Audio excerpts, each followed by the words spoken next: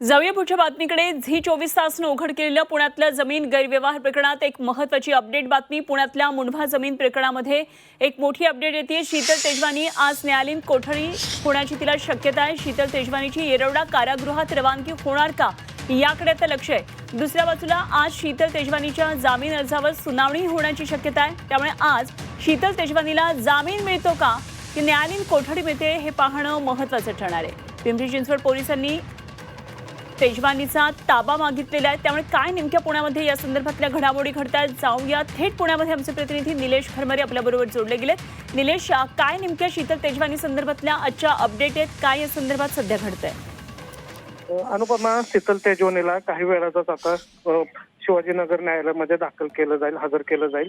मात्र या दरम्यान पुणे पोलिसांनी जे 12 दिवसाचा पोलीस कोठडी मागितली होती, या दरम्यान पुणे पोलिसांनी सखोल चौकशी केलेली आहे।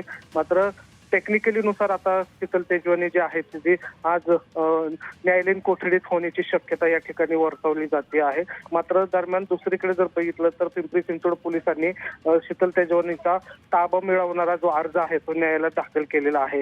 जर आज शीतल तेजवानीला पुणे पोलिसांनी जर न्यायालयीन कोठडी जर दिली तर तिची रवानगी आज कदाचित येरवडा जेलला होऊ शकते 1 दिवसासाठी। आणि त्यानंतर पिंपरी चिंचवड जे आहेत पोलीस ते शीतल तेजवानी ताबा जो आहे तो येरवडा पोलीस स्टेशन, येरवडा जेलमधून घेऊ शकतात। त्यामुळे आता शीतल तेजवानीला आज न्यायालयीन कोठडी मिळते का पोलीस कोठडी मिळते हे पाहणं महत्त्वाचं असणार आहे। मात्र जर कायद्यानुसार जर बघितलं तर तिला आज न्यायालयीन कोठडी मिळण्याची शक्यता ही दाट आहे।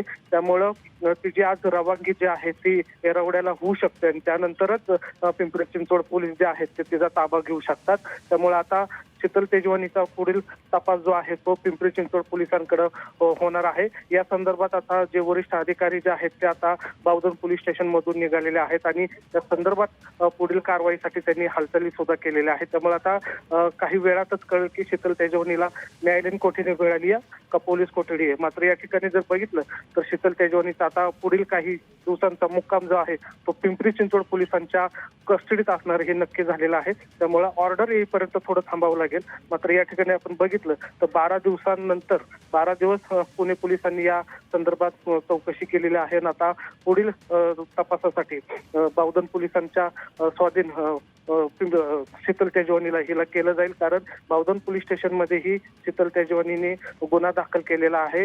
जमीन गैरव्यवहार प्रकरणामध्ये तो गुन्हा दाखल आहे आणि त्याचा तपास करण्यासाठी शीतल तेजवानीला पिंपरी चिंचवड जे आहेत पोलीस ते आता ताबा घेऊ शकतात।